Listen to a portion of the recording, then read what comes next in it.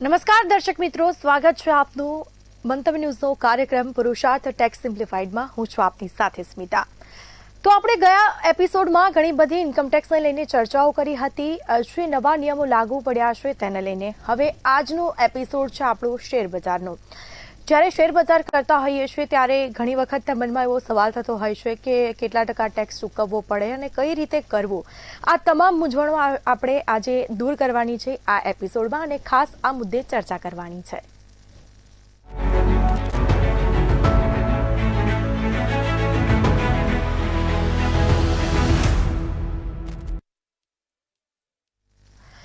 તો આ ખાસ શેર બજારને લઈને ચર્ચાઓ કરવાની છે. આ સાથે જે તમામ જે નિયમો લાગુ કરવામાં આવ્યા છે તેને લઈને પણ ખાસ આ એપિસોડમાં ચર્ચા કરીશું આજે. અને આ ચર્ચા માટે આપણી સાથે જોડાઈ ચૂક્યા છે ભાવિકભાઈ શાહ, જેઓ પુરુષાર્થના ફાઉન્ડર છે. જી મંતવ્ય ન્યૂઝમાં આપનું સ્વાગત છે. બિલકુલથી ભાવિકભાઈ, તો આપણે ઇન્કમટેક્સને લઈને ઘણી બધી ચર્ચાઓ કરી છે. હવે આજે શેર બજારનું જે એપિસોડ છે તેને લઈને ખાસ ચર્ચા કરીશું. તો પહેલો સવાલ મારો એ છે શેર બજારમાં આ કે શેરમાં કેપિટલ ગેઇનના મુખ્ય કેટલા પ્રકારો હોય છે અને કયા હોય છે? કોઈ પણ પ્રકારના કેપિટલ ગેઇન હોય છે, જે બી પ્રોપર્ટીના હોય, શેર માર્કેટના હોય. કેપિટલ ગેઇનના મુખ્યત્વે બે પ્રકાર છે, શોર્ટ ટર્મ કેપિટલ ગેઇન અને લોંગ ટર્મ કેપિટલ ગેઇન. જ્યારે ટૂંકા ગાળાનો, જેને કહેવાય ટૂંકા ગાળાનો મૂડી નફો અને લાંબા ગાળાનો મૂડી નફો. એટલે જ્યારે શેર આપણે મૂડી મિલકત તરીકે ગણતા હોઈએ તો એના બે પ્રકારના કેપિટલ ગેઇન છે. બિલકુલથી. હવે જે લિસ્ટેડ જે શેર માટે લાંબો ગાળા માટે જે સમયગાળો હોય છે તે કેટલા સમયનો હોય છે? લિસ્ટેડ શેર્સ જે બી છે શેર બજારમાં લિસ્ટેડ, જેમ મુંબઈ સ્ટોક એક્સચેન્જ છે, નેશનલ સ્ટોક એક્સચેન્જ છે, બે અત્યારે સ્ટોક એક્સચેન્જ છે. આ બંને સ્ટોક એક્સચેન્જમાં જે લિસ્ટેડ શેર છે એટલે કે જે શેર બજાર ઉપર ડેઇલી ટ્રેડિંગ માટે અવેલેબલ હોય એવા શેર બજાર માટે 12 મહિનાનો ટાઈમ પીરિયડ એ લોંગ ટર્મ ગણાય છે. અને 12 મહિના કરતાં વધારે હોલ્ડ કર્યા તો લોંગ ટર્મ ગણાશે અને 12 મહિનાથી ઓછા કર્યા હશે તો એ શોર્ટ ટર્મ ગણાશે. બિલકુલથી. હવે ત્રીજો સવાલ એ છે કે જે ઇક્વિટી મ્યુચ્યુઅલ ફંડ છે તે માટે હોલ્ડિંગ પીરિયડ કેટલો હોય છે અને કેટલા સમયનો હોય છે? ઇક્વિટી મ્યુચ્યુઅલ ફંડ માટે પણ સેમ પ્રકારે ઇક્વિટી જ ગણાય છે, એ પણ એક જાતની. એટલે એના માટે પણ સેમ 12 મહિનાનો પીરિયડ ગણવામાં આવે છે. 12 મહિના કરતાં વધારે જો આપણે હોલ્ડ કર્યું હશે તો એને લોંગ ટર્મ ગણીશું અને 12 મહિના કરતાં ઓછું હશે તો શોર્ટ ટર્મ ગણીશું. બિલકુલથી. હવે જે ડેટ મ્યુચ્યુઅલ ફંડ માટે જે નિયમો છે એ શું હોય છે? ડેટ મ્યુચ્યુઅલ ફંડ એટલે મ્યુચ્યુઅલ ફંડ એકચ્યુઅલી બે પ્રકારના છે. એક છે ઇક્વિટી મ્યુચ્યુઅલ ફંડ અને બીજું છે ડેટ મ્યુચ્યુઅલ ફંડ. આ મ્યુચ્યુઅલ ફંડ એટલે શું? તો જ્યારે કોઈ પણ વ્યક્તિ પોતે ડાયરેક્ટ શેર માર્કેટમાં રોકાણ ના કરે અને એ વ્યક્તિ પોતે કોઈ કંપનીના મ્યુચ્યુઅલ ફંડ, જેમ HDFC મ્યુચ્યુઅલ ફંડ છે, રિલાયન્સ મ્યુચ્યુઅલ ફંડ છે, ICICI મ્યુચ્યુઅલ ફંડ છે, એ પોતે આ ઇન્વેસ્ટર્સ પાસેથી પૈસા ઉઘરાવે અને પૈસા લઈને એ પોતે શેર માર્કેટમાં રોકાણ કરે. તો જો ઇક્વિટીમાં રોકાણ કરે તો ઇક્વિટી મ્યુચ્યુઅલ ફંડ કહેવાય. અને ડેટ ઇન્સ્ટ્રુમેન્ટ એટલે કે કંપનીના બોન્ડ છે જેમાં ફિક્સ ઇન્ટરેસ્ટ મળે, RBIના બોન્ડ હોય, ગવર્મેન્ટના બોન્ડ હોય, આવી રીતે બોન્ડમાં જે ઇન્વેસ્ટ કરે છે, જે ઇન્ટરેસ્ટ આપતી સિક્યોરિટીઝ છે, તો એ ડેટ મ્યુચ્યુઅલ ફંડ કહેવાય. તો ડેટ મ્યુચ્યુઅલ ફંડમાં જે ઇન્વેસ્ટ કરશે અને કમાશે મ્યુચ્યુઅલ ફંડ અને એના યુનિટ હોલ્ડર કહેવાય. જેમ શેર માટે શેર હોલ્ડર કહેવાય, મ્યુચ્યુઅલ ફંડના હોલ્ડરોને બધાને યુનિટ હોલ્ડર કહેવાય. તો યુનિટ હોલ્ડરને જે નફો આપે છે એ ઇક્વિટીમાં ઇક્વિટી ગેઇન પણ થઈ શકે છે અને ડિવિડન્ડ પણ આપે છે. એવી રીતે ડેટમાં પણ ગેઇન પણ થઈ શકે છે અને ડિવિડન્ડ પણ આપે છે.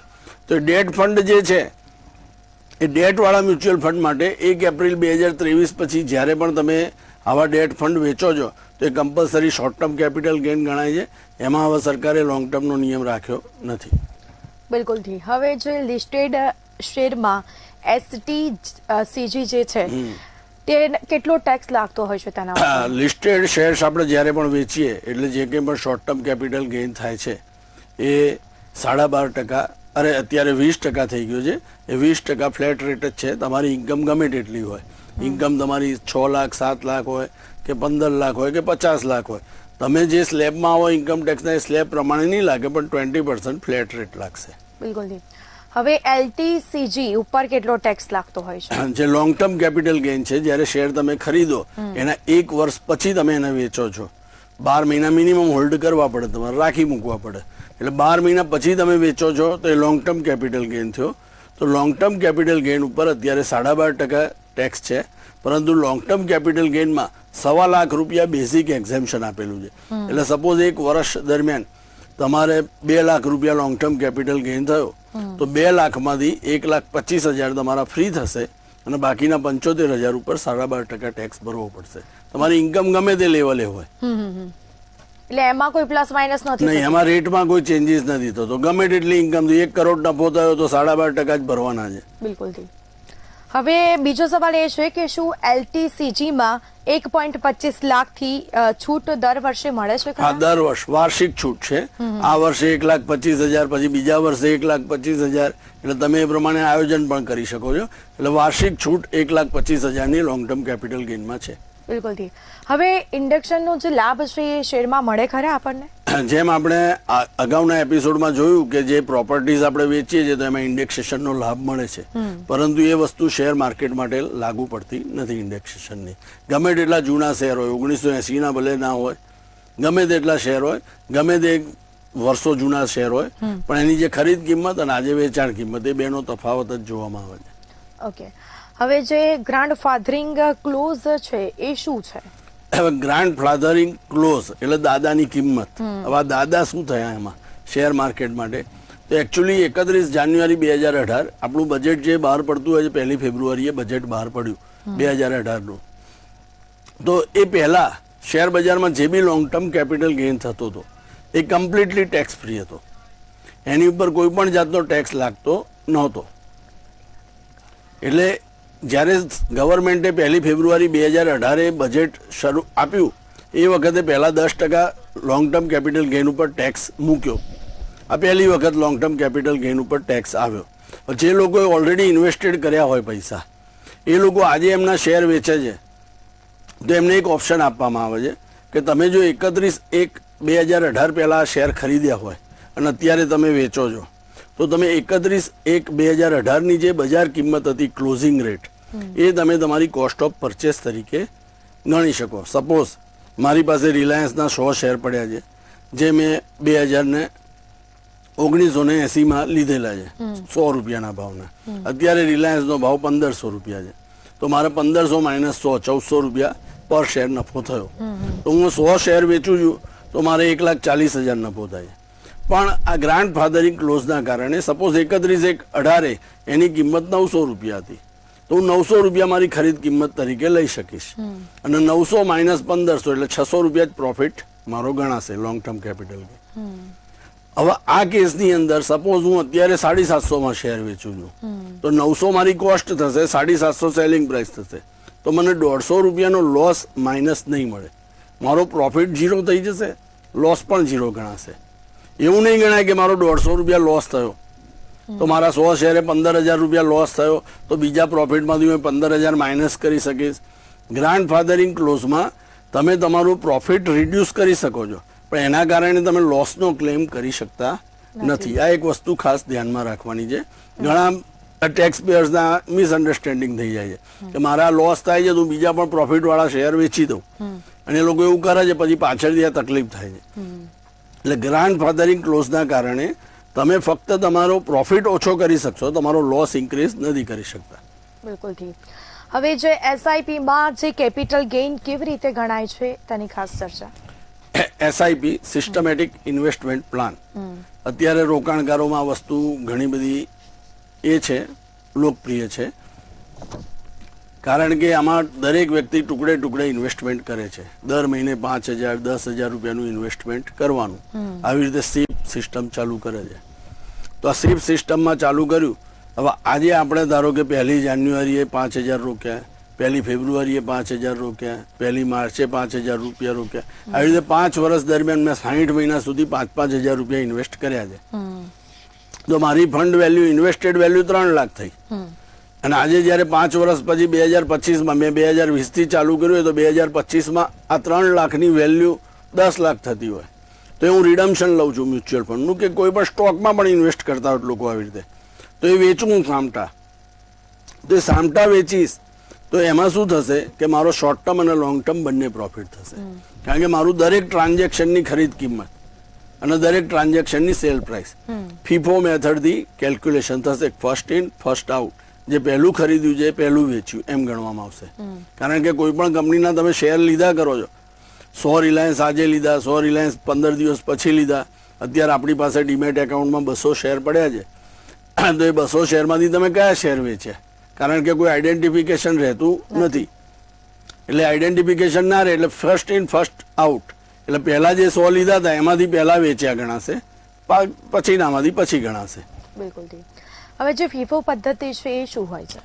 ફીફો પદ્ધતિ એટલે ફર્સ્ટ ઇન ફર્સ્ટ આઉટ. કોઈ પણ વસ્તુનો સ્ટોક છે તો સ્ટોક આપણે કોઈ બી દુકાનમાં પણ જઈએ સપોઝ, તો ત્યાં સ્ટોક પડ્યો હશે તો આપણે કોઈ પણ વસ્તુ એની પરચેસ કરી તો એ શું ગણશે કે ભાઈ મેં જે પહેલી પરચેસ કરી હોય એ મારી પહેલી સેલ થઈ, એ ફીફો. અને બીજી હોય છે લીફો, લાસ્ટ ઇન ફર્સ્ટ આઉટ. તો અહીંયા લીફો મેથડ એપ્લાય થતી નથી, અહીંયા ફર્સ્ટ ઇન ફર્સ્ટ આઉટ જ ગણાય છે. એટલે મેં સપોઝ 10 વાર પરચેસ કર્યું, એકવાર જાન્યુઆરીમાં લીધું, ફેબ્રુઆરીમાં લીધું, માર્ચમાં લીધું, એપ્રિલમાં લીધું, આવી રીતે દરેક મહિના વાઇઝ હું લઉં છું. પછી 2 વર્ષ પછી હું જ્યારે વેચું છું ત્યારે મેં કયા વાળા વેચ્યા આમાંથી, તો મારે પહેલા જાન્યુઆરીમાં લીધા હતા એ જ અત્યારે વેચ્યા ગણાય. પછી ધારો કે મેં દર મહિને 100 લીધા છે અને એકી સાથે 500 વેચું છું તો પહેલા 5 મહિનાની 100ની ક્વોન્ટિટી મારી અત્યારે આઉટમાં ગણાશે. એટલે એ પ્રમાણે મારી કોસ્ટ અને પ્રોફિટની કેલ્ક્યુલેશન થશે કે ભાઈ જાન્યુઆરીમાં 100 રૂપિયામાં લીધું હોય, ફેબ્રુઆરીમાં 120માં લીધું હોય, માર્ચમાં 130માં લીધું હોય, તો એ પ્રમાણે મારી કોસ્ટ ગણાશે મારી સેલિંગ પ્રાઇસની જોડે. બિલકુલ. હવે જે ELSS જે ફંડ છે તેના ટેક્સના નિયમો શું હોય છે? ઇક્વિટી લિંક સેવિંગ સ્કીમ કે ભાઈ ELSS જે ATC અંતર્ગત આવે છે કે 3 વર્ષ 5 વર્ષના લોકિંગ પીરિયડ માટે તમે ઇન્વેસ્ટ કરી શકો છો, કે આજે ઇન્વેસ્ટ કરીએ તો એનો ટેક્સ બેનિફિટ મળે આપણને ઇન્વેસ્ટમેન્ટ તરીકે, પણ એ મ્યુચ્યુઅલ ફંડ આપણે 3 વર્ષ સુધી વેચી શકતા નથી, લોકિન પીરિયડ હોય. એટલે લોકિન પીરિયડ પછી જ્યારે આપણે એ વસ્તુ વેચીએ છીએ એટલે એનો પણ લોંગ ટર્મ કેપિટલ ગેઇન ગણાશે, કારણ કે આ ઇક્વિટી મ્યુચ્યુઅલ ફંડ જ હોય છે અને એ બી 12.5% ટેક્સ રેટે એપ્લિકેબલ થશે. એમાં પણ 1.25 લાખનું આપણને બેનિફિટ મળે છે. બિલકુલ. હવે શું આ સ્વિચિંગ પર ટેક્સ લાગે છે ખરા? હા, સ્વિચિંગ. સ્વિચિંગ એટલે શું? તો મ્યુચ્યુઅલ ફંડ અનેક સ્કીમો બહાર પાડે છે. આપણે જાન્યુઆરી 2018માં લોંગ ટર્મ ઇક્વિટી ફંડમાં પૈસા રોક્યા, પણ પછી જાન્યુઆરી 2019માં નવું ફંડ આવ્યું, ઇક્વિટી ઓપોર્ચ્યુનિટી ફંડ આવ્યું, ફોકસ ફંડ આવ્યું, આવી રીતે અલગ અલગ જાતના ફંડ આવતા હોય છે. તો આ જે કંઈ પણ ફંડો આવે છે આપણે એક ફંડમાંથી બીજા ફંડમાં સ્વિચ કરીએ છીએ આપણા પોર્ટફોલિયોને, કે ભાઈ મારી પાસે આ લોંગ ટર્મ ઇક્વિટી ફંડ હતું, મેં 10 રૂપિયામાં લીધું હતું, અત્યારે એનો ભાવ 20 રૂપિયા છે, હવે એમાંથી આ ફોકસ ફંડ આવ્યું છે તો એમાં પાછા NFOમાં મારા પૈસા હું એમાં ટ્રાન્સફર કરીશ. હું પૈસા ઉપાડતો નથી, મારા બેંકમાં કોઈ જ એન્ટ્રી નથી આવતી, ફક્ત મ્યુચ્યુઅલ ફંડમાં હું ઓર્ડર આપીશ કે ભાઈ મારા આટલા રૂપિયા આમાંથી ટ્રાન્સફર આમાં કરી દો, તો મેં જેમાંથી વિથડ્રો કર્યા એ મારું સેલ ગણાશે એ વખતે. એટલે એ સેલ ગણાશે, મેં પૈસા એમાંથી ઉપાડ્યા, ભલે પૈસા મારી પાસે આવ્યા નથી, મેં પૈસા મારા બેંકમાં નથી આવ્યા, મેં ફક્ત એક સ્કીમમાંથી બીજી સ્કીમમાં ઇન્વેસ્ટ કર્યું છે, તો એ સ્વિચિંગ કહેવાય. તો સ્વિચ કર્યું આપણે એટલે પૈસા એક સ્કીમમાં જેમાંથી મેં પૈસા ટ્રાન્સફર કર્યા છે એ પૈસા વિથડ્રો થયા, એના માટે મારો એનો કેપિટલ ગેઇન કેલ્ક્યુલેટ થશે, એની ઉપર મારે ટેક્સ ભરવો પડશે એ વર્ષે, અને બીજામાં ઇન્વેસ્ટ થશે. પછી એ બીજા જ્યારે વેચીશ કે સ્વિચ કરીશ કે રિડીમ કરીશ ત્યારે એનો ટેક્સ થશે. બિલકુલ. હવે આ જે ડિવિડન્ડ ઓપ્શન પર ટેક્સ કેવી રીતે લાગતો હોય છે? ડિવિડન્ડ ઓપ્શન એ જે કંઈ પણ કંપની એના નફામાંથી ભાગ પેટે શેર હોલ્ડર્સને આપે છે, ડિવિડન્ડ કહેવાય. તો એ ડિવિડન્ડ જે કંઈ પણ મળે છે શેર બજારમાંથી કે મ્યુચ્યુઅલ ફંડમાંથી, તો એ ડિવિડન્ડ જે તે વ્યક્તિની ઇન્કમમાં નોર્મલી ઉમેરાય છે અને એના જે કંઈ પણ ઇન્કમના સ્લેબ પ્રમાણે એની ઉપર ટેક્સ લાગે છે. જે બી સ્લેબમાં આવતો હોય એની ઇન્કમ બિલો ટેક્સેબલ હોય તો 0 ટેક્સ લાગે, અને જો ટેક્સેબલ હોય તો એ જે બી રેટમાં 5%, 10%, 20%, 30%ના સ્લેબ હોય છે ઇન્કમ ટેક્સના, એ નોર્મલ ઇન્કમ ગણાય છે. બિલકુલ. હવે બીજી વાત એ છે કે શું શેર બજારના નુકસાનોને નફા સામે સેટ ઓફ કરી શકાય ખરી? શેર બજારનો નફો નુકસાન જે કંઈ પણ છે એટલે લોંગ ટર્મ જે કેપિટલ ગેઇન છે એ લોંગ ટર્મ કેપિટલ ગેઇનનો જે લોસ છે એ ફક્ત લોંગ ટર્મ પ્રોફિટ સામે સેટ ઓફ થાય, પણ શોર્ટ ટર્મ કેપિટલનો લોસ જે છે એ શોર્ટ ટર્મ અને લોંગ ટર્મ બંનેની સામે આપણે સેટ ઓફ કરી શકીએ છીએ. બિલકુલ. હવે long term capital loss set off થાય છે ખરી? આ લોંગ ટર્મ કેપિટલ ગેઇન પણ ફક્ત લોંગ ટર્મ કેપિટલનો જે લોસ છે એ નેક્સ્ટ યર કેરી ફોરવર્ડ થાય અને લોસ આપણે લોંગ ટર્મ કેપિટલનો ગેઇન હોય તો જ એની સામે સેટ ઓફ થાય, શોર્ટ ટર્મ સામે સેટ ઓફ નહીં થાય. કારણ કે શોર્ટ ટર્મમાં 20% ટેક્સ ભરવાનો છે, લોંગ ટર્મમાં 12.5% ભરવાનો છે. એટલે ગવર્મેન્ટ 12.5%ની વસ્તુ 20% સામે સેટ ઓફ કરવા દે નહીં, સરકારને નુકસાન જાય. એટલે શોર્ટ ટર્મનો જે લોસ છે લોંગ ટર્મ સામે સેટ ઓફ થશે, પણ લોંગ ટર્મનો લોસ લોંગ ટર્મ સામે સેટ ઓફ થશે, શોર્ટ ટર્મ સામે નહીં થાય. બિલકુલથી. હવે જો ચાલુ વર્ષે નુકસાન થયું હોય તો તેની માટે શું કરવું જોઈએ? ચાલુ વર્ષે જો નુકસાન થયું છે, લોસ થયો છે, શોર્ટ ટર્મ હોય કે લોંગ ટર્મ હોય, એ ભવિષ્યના 8 વર્ષ સુધી આપણને કેરી ફોરવર્ડ કરવા મળે છે. એટલે 8 વર્ષ દરમિયાન આપણે જ્યારે પણ કંઈ પણ પ્રોફિટ કરીશું શોર્ટ ટર્મ કે લોંગ ટર્મ તો એની સામે સેટ ઓફ થશે. તો એના માટે આપણે આપણું જે ચાલુ વર્ષનું રિટર્ન છે, income tax return within due date ટાઈમસર ભરવું પડે. ડ્યુ ડેટ 31 જુલાઈ હોય છે. 31 જુલાઈ સુધીમાં આપણે આપણું ઇન્કમ ટેક્સ રિટર્ન ફાઇલ કરી દઈએ તો જ આપણને લોસ કેરી ફોરવર્ડનો અને ભવિષ્યમાં સેટ ઓફનો બેનિફિટ મળે છે. હવે ત્રીજો સવાલ મારો એ છે કે કેરી ફોરવર્ડ માટે શું જરૂરી હોય છે? કેરી ફોરવર્ડ માટે જે નિયત સમય મર્યાદામાં આપણે ઇન્કમ ટેક્સ રિટર્ન ફાઇલ કરવું વિધિન ડ્યુ ડેટ એ ખૂબ જ જરૂરી છે. અને જ્યારે લોસ સેટ ઓફ કરીએ ત્યારે પણ within due date return file કરી દેવું જરૂરી છે. બિલકુલથી. હવે જે બિઝનેસ ઇન્કમ સામે કેપિટલ લોસ સેટ ઓફ થાય છે ખરા? નહીં, બિઝનેસ ઇન્કમ સામે કેપિટલ લોસ સેટ ઓફ નહીં થાય. કેપિટલ લોસ કેપિટલ ઇન્કમ સામે સેટ ઓફ થશે. બિલકુલથી. અને જ્યારે કેપિટલ ગેઇન માટે ખાસ કયા દસ્તાવેજો જરૂરી હોય છે? કેપિટલ ગેઇન માટે આપણે જે શેર બ્રોકરના ત્યાં આપણું ટ્રેડિંગ એકાઉન્ટ હોય છે, શેર બ્રોકરના ત્યાં ટ્રેડિંગ એકાઉન્ટની જોડે જોડે એક બેક ઓફિસ પણ હોય છે. એટલે ટ્રેડિંગ એકાઉન્ટમાં ફક્ત જે બજારના જે કંઈ પણ ભાવતાલ બધું આવતું હોય એ હોય છે. જ્યારે બેક ઓફિસમાં આપણે જે ડેઇલી ટ્રેડિંગ કરીએ છીએ એના કોન્ટ્રાક્ટ નોટ્સ હોય છે, daily two daily contract notes generate થાય. આપણું એક ફાઇનાન્શિયલ લેજર હોય બ્રોકર સાથેનું કે રોજ આપણે પૈસા એને ચૂકવતા હોઈએ, એની પાસેથી પૈસા લેતા હોઈએ, પે ઇન પે આઉટ કહેવાય એને. એની પણ અંદર સમરી હોય, દરેક જે કંઈ પણ બિલ બન્યા હોય એની સમરી હોય.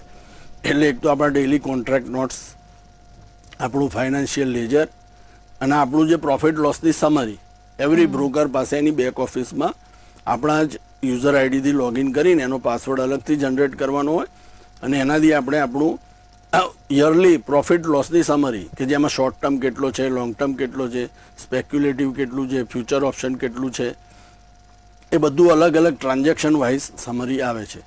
તો એ સમરી આપણે લઈ લેવી જોઈએ અને એના આધારે ચોકસાઈપૂર્વક એ ચેક કરીને પછી આપણે રિટર્ન ફાઇલ કરવું જોઈએ. બિલકુલથી. હવે કયું આઈટીઆર ફોર્મ ભરવું જરૂરી છે? જો આપણે normally long term short term જ ગણતા હોઈએ તો આઈટીઆર 2 આવશે. હવે આઈટીઆર 1 પણ ચાલે છે જ્યારે લોંગ ટર્મ કેપિટલ ગેઇન 1,25,000થી ઓછો હોય કે જે એક્ઝેમ્પ્ટ હોય છે. તો એવા કેસમાં આઈટીઆર 1 પણ ભરી શકાય છે. અધરવાઇઝ 1,25,000 કરતાં વધારે હોય અથવા લોસ હોય કે શોર્ટ ટર્મ કેપિટલ ગેઇન હોય તો કમ્પલસરી આઈટીઆર 2 ભરવું પડે. બિલકુલ. હવે એઆઈએસ અને ટીઆઈએસ એ શું છે અને બંને વચ્ચેનો તફાવત શું છે? એઆઈએસ એટલે એન્યુઅલ ઇન્ફોર્મેશન સ્ટેટમેન્ટ અને ટીઆઈએસ એટલે transaction summary, transaction information statement. એઆઈએસમાં શું છે કે કમ્પ્લીટલી ડિટેલ આવે છે, જ્યારે ટીઆઈએસમાં સમરી ફિગર આવે છે. કે સપોઝ ટીઆઈએસમાં આપી દેશે કે સેવિંગ બેંક ઇન્ટરેસ્ટ ટોટલ 12,000 રૂપિયા. હવે 12,000 કઈ કઈ બેંકોમાંથી આવ્યા? એચડીએફસીમાં તમારું સેવિંગ ખાતું છે એમાં 5600 રૂપિયા છે, એક્સિસમાં છે 2400 રૂપિયા છે, આઈડીબીઆઈમાં જે 2,000 રૂપિયા છે, આવી રીતે 12,000 થયા. તો એ ટોટલ એ બધી ડિટેલ આવશે એઆઈએસમાં. તમે શેર માર્કેટમાં સેલ પરચેસ જે કંઈ પણ કરો છો એ પણ એઆઈએસ ટીઆઈએસમાં આવશે. એમાં ટીઆઈએસમાં ફક્ત સમરી ફિગર આવશે કે ભાઈ કેટલા શેર્સ તમે વર્ષ દરમિયાન વેચ્યા, 1,40,56,000. તો એની કઈ કઈ આઈટમો વેચી, આ 1,40,00,000 કેવી રીતે થયા એ આખી ડિટેલ એઆઈએસમાં આવશે. ડિવિડન્ડ રિસીવ્ડ કે ભાઈ આટલું 56,000 રૂપિયા ડિવિડન્ડ આવ્યું, તો આ 56,000 કઈ કઈ કંપનીનું આવ્યું, ક્યારે આવ્યું, એ બધી કમ્પ્લીટ ડિટેલ એઆઈએસમાં આવશે. એટલે અત્યારે જ્યારે પણ આપણે રિટર્ન ફાઇલ કરીએ ત્યારે આપણી એઆઈએસ અને ટીઆઈએસ કમ્પ્લીટલી ચેક કરવું જોઈએ. એની સાથે આપણી પાસબુક મેચ કરવી જોઈએ કે ભાઈ આ ખરેખર ડિવિડન્ડો મને મળ્યા છે નથી મળ્યા. કારણ કે ઘણી વખત એવું હોય છે કે ગઈ સાલની આવક આ સાલમાં આવી જાય છે, આવું બધું પહેલાં થતું હતું, અત્યારે થોડું ઓછું થઈ ગયું છે પણ હજી થોડું થાય છે મિસશેપ. તો આ બધું ધ્યાન રાખવું તો એની જરૂરી છે. માટે ખાસ આ બધું ધ્યાન રાખવું જોઈએ. હા, AIS TIS વેરીફાઈ કરી લેવું જોઈએ કમ્પલસરી, જ્યારે ટ્રાન્ઝેક્શન્સ વધારે હોય ત્યારે. બિલકુલથી. હવે જે STT નો ખર્ચ બાદ મળે છે ખરા? નહીં, STT સિક્યોરિટી ટ્રાન્ઝેક્શન ટેક્સ, તો એ અત્યારે short term capital gain, long term capital gain માંથી બાદ નથી મળતો. બિલકુલથી. હવે બ્રોકરેજ ખર્ચ બાદ મળે છે એમાં? હા, બ્રોકરેજ ખર્ચ જે આપણે દલાલને દલાલી ચૂકવીએ છીએ એ આપણે નેટ સેલ પ્રાઇસ કે નેટ બાય પ્રાઇસ, એટલે સેલિંગ પ્રાઇસ હોય રિલાયન્સ 100 રૂપિયામાં વેચ્યો, ₹1 બ્રોકરેજ છે તો આપણે 99 કિંમત ગણીશું, અથવા 100 ખરીદ્યો છે તો ₹1 ઉમેરીશું ને 101 પરચેસ પ્રાઇસ ગણીશું. બિલકુલથી. હવે ઘણા બધા લોકો ડબ્બા ટ્રેડિંગ કરતા હોય છે અને તેના ઉપર ટેક્સ લાગે છે ખરા? આ ડબ્બા ટ્રેડિંગ બેસિકલી તો ઇલીગલ છે. ડબ્બો એટલે શું? ડબ્બાનું ટ્રેડિંગ નથી કરવાનું, પણ જે બજારમાં ભાવ આવે છે એના આધારે એ લોકો ટ્રેડિંગ કરે છે, જે એક્સચેન્જમાં કાયદેસર એ સોદા નોંધાતા નથી. કે ભાઈ રિલાયન્સનો ભાવ અત્યારે ₹1500 છે, તો હું ને તમે સોદો કરીએ, 100 રિલાયન્સ લીધા, મેં લીધા ને તમે વેચ્યા. હવે આનો ક્યાંય BSE કે NSE માં સોદો એન્ટર નહીં કરીએ, ફક્ત બોલાબોલીથી સોદો થઈ ગયો છે, તો આ ડબ્બા ટ્રેડિંગ થયું. હવે કાલ રિલાયન્સનો ભાવ 1700 થશે તો મેં લીધા હશે તો મારે 200 નો નફો તમારી પાસેથી લેવાનો, 1300 થઈ જશે તો મારે 200 નો લોસ આપવાનો. આ ડબ્બા ટ્રેડિંગ છે.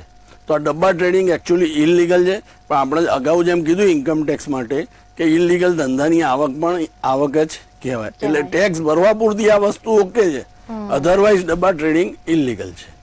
હા, બિલકુલથી. હવે શું ગિફ્ટમાં મળેલા શેર ઉપર ટેક્સ લાગે છે ખરા?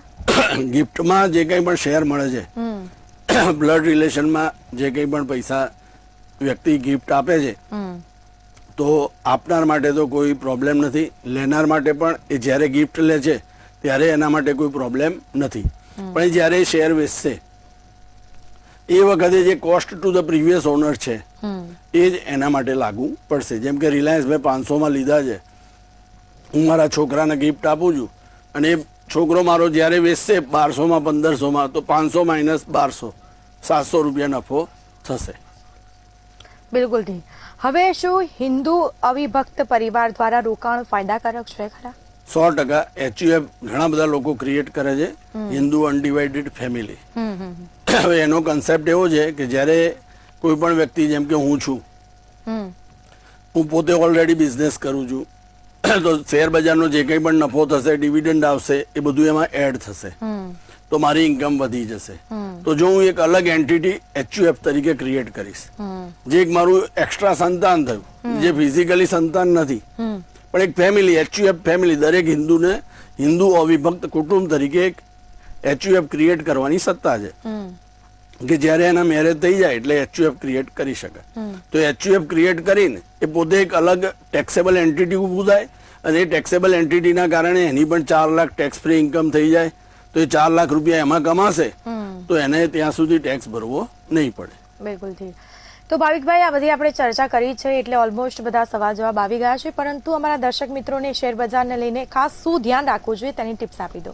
શેર બજારને લઈને ખાસ એક જ વસ્તુ છે, એક તો ગ્રાન્ડફાધરિંગ ક્લોઝ કે જેમાં લોસ નથી થતો, 0 પ્રોફિટ 0 લોસ છે, અને બીજું કે જે કંઈ પણ આપણે બ્રોકર પાસે ટ્રેડિંગ કરીએ છીએ એ બ્રોકરનું બેક ઓફિસનું ખાસ સ્ટેટમેન્ટ જોતા રહેવું જોઈએ, અને AIS TIS માં પણ જોડે કમ્પેરિઝન ખાસ કરીને પછી જ રિટર્ન ફાઇલ કરવું જોઈએ. બિલકુલથી ભાવિકભાઈ, તો જે રીતે અમારા દર્શક મિત્રોને શેર બજાર રિલેટેડ સરસ માહિતી આપી અને ખાસ શું ધ્યાન રાખવું જોઈએ તે બદલ આપનો ખૂબ ખૂબ આભાર. તો આ સાથે આ એપિસોડમાં શેર બજારને લઈને ઘણી બધી ચર્ચાઓ કરી છે. શેર લેતી વખતે શું ધ્યાન રાખવું જોઈએ, કે પછી ગિફ્ટમાં મળેલા શેર ઉપર ટેક્સ લાગે છે કે નહીં, અને ખાસ કરીને આ જે ચર્ચાઓ કરી છે, આશા રાખીએ કે આ એપિસોડ તમને મદદરૂપ થયો હશે. ફરી મળીશું નવા એપિસોડમાં નવા મુદ્દા સાથે. મને રજા આપશો. નમસ્કાર.